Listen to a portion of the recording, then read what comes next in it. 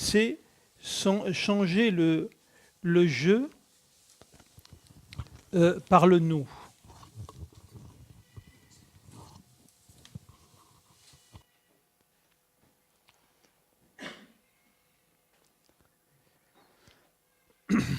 Donc ce troisième ingrédient qui paraît assez simple en fait, hein, et surtout assez simple à mettre en pratique, c'est pas aussi évident qu'on peut, aussi simple que ça peut y paraître.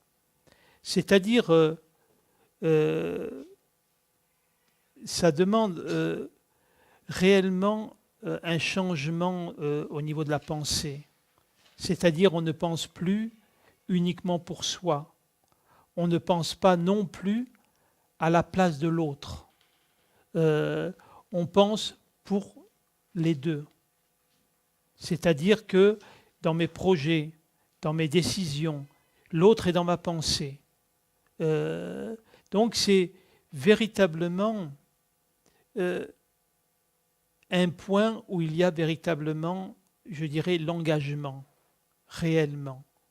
On fonctionne véritablement avec une pensée unique, si on peut dire. Alors, attention, quand je dis pensée unique, je ne dis pas que il y a disparition de la pensée individuelle. C'est bien évidemment, ce n'est pas ça.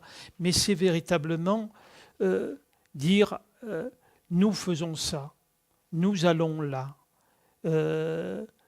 Et tandis que facilement, nous pouvons continuer à beaucoup utiliser le jeu. Donc, ça demande ce nous, beaucoup de rompre avec tous nos besoins de combler nos manques, de combler nos besoins, d'être uniquement au niveau du moi-je. Donc, transformer le je dans le nous, ça implique, cet ingrédient, une notion très spirituelle. Parce que font tous les chercheurs spirituels réellement? Ils veulent la disparition du jeu personnel pour entrer dans un jeu impersonnel. Donc pour qu'il y ait ces disparitions de cette individualité et pour aller vers l'universalité, c'est-à-dire on va vers le nous, c'est-à-dire un nous collectif, c'est-à-dire ce n'est plus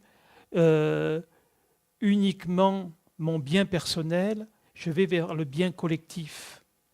Et ce nous dont je parle, il s'étend aussi, bien évidemment, à notre partenaire, mais ça inclut aussi nos enfants.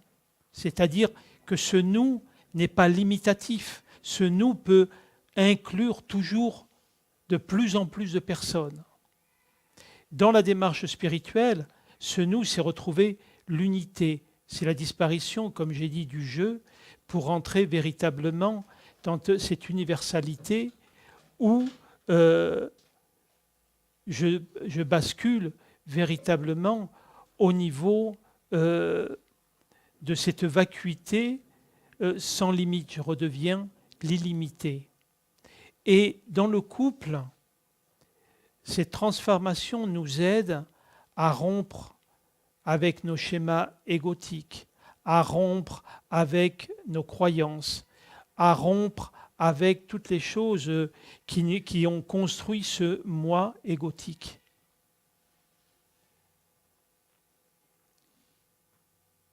Des questions ?